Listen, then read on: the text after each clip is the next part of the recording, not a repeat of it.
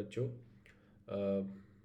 Hope आपने अभी तक चारों सेक्शंस देख लिए होंगे जो हमारे यूएस टैक्सेशन के प्लेलिस्ट में भी आपको मिल जाएंगे। अगर नहीं देखे हैं तो प्लीज़ आप उनको भी देख लें। और आज जो मैं कंसेप्ट आपसे डिस्कस करने वाला हूँ बहुत छोटा सा वीडियो रहेगा ये। इसमें हम बात करेंगे सोशल सिक्योरिटी नंबर की, जिसको SSN बोलते हैं।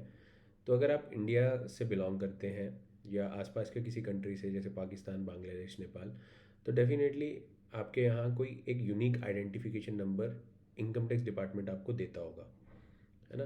तो इंडिया में जैसे परमानेंट अकाउंट नंबर या पैन नंबर होता है ना, इसी तरह से जो यूएस है ना, वहाँ पर सोशल सिक्योरिटी नंबर होता है। तो इसकी एलिजिबिलिटी क्या होती है? ये किसी भी यूएस सिटीज़न को या फिर कोई नॉन सिटीज़न जो वर्कर्स हैं, स्टूडेंट्स हैं, या सम अदर कैटेगरीज जिनमें ये दिया जाता है ना। अब ये एक यूनिक न्यूमेरिकल आइडेंटिफायर है जो यूएस सिटीजन्स और रेजिडेंट्स को दिया जाता है। एंड इसका पर्पस ये रहता है कि ये इनकम की ट्रैकिंग के लिए, बेनिफिट्स को डिटरमाइन करने के लिए जो क्रेडिट के रूप में उनको मिलते हैं, और टैक्स आइडेंटिफिकेशन के लिए, प्लस क्रेडिट रिपोर्टिंग के लिए। तो ये सब पर्पसेस हैं जिसके लिए ये यूज़ होता है ना। इंडिया में जैसे पैन नंबर, आधार नंबर है, उस तरह से यूएस में ये सोशल सिक्योरिटी नंबर है। हर एक यूएस सिटीज़न और रेजिडेंट के लिए ये नंबर लेना ज़रूरी है अगर उसको कोई भी गवर्नमेंट बेनिफिट अवेल करने हैं, उसको अपनी टैक्स रिटर्न फाइल करनी है आईआरएस को, उसको कोई भी क्रेडिट रिपोर्टिंग या कहीं लोन के लिए अप्लाई करना है, तो हर जगह के लिए ये एक मैंडेटरी नंबर है। अब इसके फॉर्मेट की अगर बात करें तो ये नंबर जो है, अगर आप देखें तो ये 3 पार्ट्स में है। फर्स्ट 3 नंबर्स हैं, देन 2 हैं, देन 4 हैं। तो मतलब ये टोटल 9 डिजिट्स का नंबर है। फर्स्ट 3 डिजिट्स जो हैं 25 जून 2000 पहले जो उससे पहले के हैं, वो जोग्राफिकल रीजन के हिसाब से कोडिफाइड थे, बट 25 जून 2011 के बाद ये रैंडमली असाइन किए जा रहे हैं। और ग्रुप नंबर्स जो इसमें ये बीच वाले जो डबल 2 डिजिट्स हैं, this are sequentially issued, no geographical significance. And जो ये लास्ट के 4 हैं ये रैंडमली असाइन किए जाते हैं। तो कोई ऐसा कोई लॉजिक नहीं है जैसे इंडिया में पैन के लिए लॉजिक है कि फोर्थ अल्फ़ाबेट का क्या मीनिंग है ना। उससे आप आइडेंटिफाई कर सकते हैं, और फिफ्थ अल्फ़ाबेट से आप ये आइडेंटिफाई कर सकते हैं कि जो आपका लास्ट नेम है उसका फर्स्ट वर्ड यूज़ होता है। तो वैसा कोई लॉजिक एसएसएन में नहीं है, बट आप इस तरह से इसको याद कर सकते हैं कि एक 9 डिजिट नंबर है जिसमें आपको एक रैंडमली असाइंड नंबर, जो सिस्टम जनरेटेड नंबर है, वो डिपार्टमेंट या गवर्नमेंट द्वारा मिलता है ना। आगे हम ये भी बताएंगे कि क्या इसका प्रोसेस है अप्लाई करने का। इसका यूज़ क्या है? अगेन वही जो हमने आपसे डिस्कस किया कि एक यूनिक आइडेंटिफायर है जो आईआरएस देता है ना। इससे इनकम की ट्रैकिंग, डिडक्शंस, क्रेडिट्स और टैक्स पेमेंट्स, इन सब चीज़ों की आपकी ट्रैकिंग होती है ना। एडिशनल एस्पेक्ट्स क्या हैं इसके, कि कोई स्पेसिफिक पैटर्न नहीं है जैसे मैंने आपको बताया, और क्योंकि ये डिजिट्स में है ना। Know all zero segments. और अगर किसी को एसएसएन नंबर के लिए वो एलिजिबल नहीं है, तो उस केस में वो ITIN नंबर उसको मिलता है। और सबसे इम्पॉर्टेंट चीज़ ये है कि ये जो SSN नंबर है ना, ये यूज़ करा जाता है, मैंडेटरी होता है ये सारी टैक्स रिटर्न्स के लिए, और ये फैसिलिटेट करता है प्रोसेसिंग और जो भी क्रेडिट्स आपको अवेल करने हैं या रिफंड आपको लेना है उसके लिए, है ना। साथ ही साथ अगर आप कहीं पर एम्प्लॉयड हैं तो आपको SSN नंबर वहाँ पर एम्प्लॉयर को देना है, एंड एम्प्लॉयर जो है वो टैक्स विद होल्डिंग या TDS आपका डिडक्ट करेगा, और आप ईयरली टैक्स पेमेंट इससे ट्रैक भी कर सकते हैं SSN नंबर को यूज़ करके। टैक्स रिटर्न जैसे 1040 या 1065 या अदर रिटर्न्स जो हैं, है ना।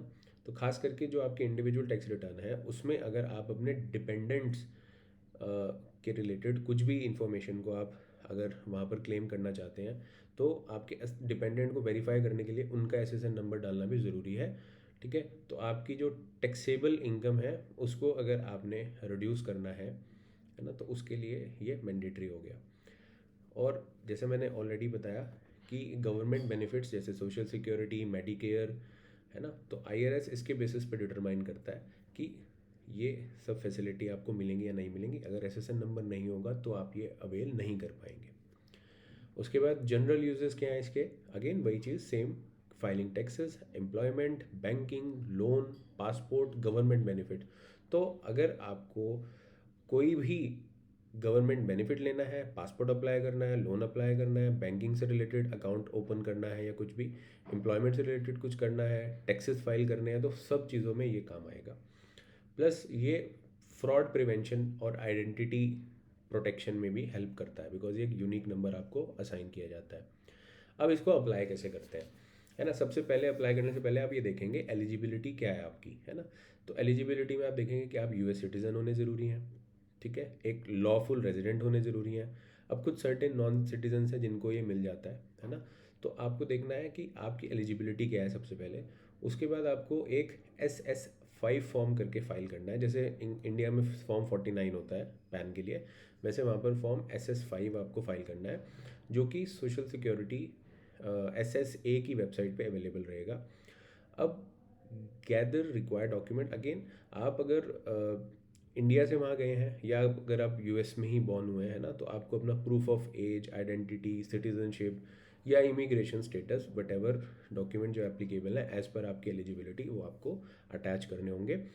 एंड आपको हो सकता है कि फिजिकली सोशल सिक्योरिटी ऑफिस भी जाना पड़े कुछ वेरिफिकेशंस के लिए, और 14 दिन के अंदर अंदर आपको ये मेल कर दिया जाता है सोशल सिक्योरिटी नंबर, है ना।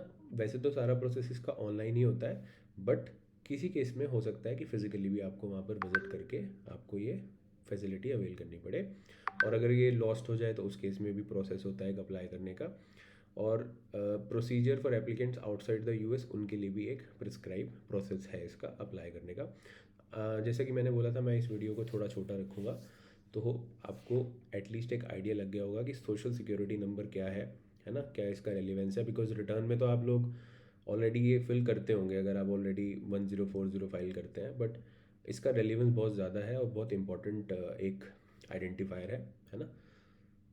आप प्लीज़ इस चैनल को ज़्यादा से ज़्यादा शेयर करें अपने कम्युनिटी में, so that people should know कि यूएस टैक्सेशन की जो आस्पेक्ट्स हैं वो क्या है ना। इस वीडियो को लाइक करें और ज़रूर कमेंट करें अगर कोई भी आपका डाउट है या आपका कोई आप टॉपिक चाह रहे हैं कि किसी स्पेसिफिक टॉपिक पे हम कोई कवर करें कुछ aspects. Thank you so much from team corporative.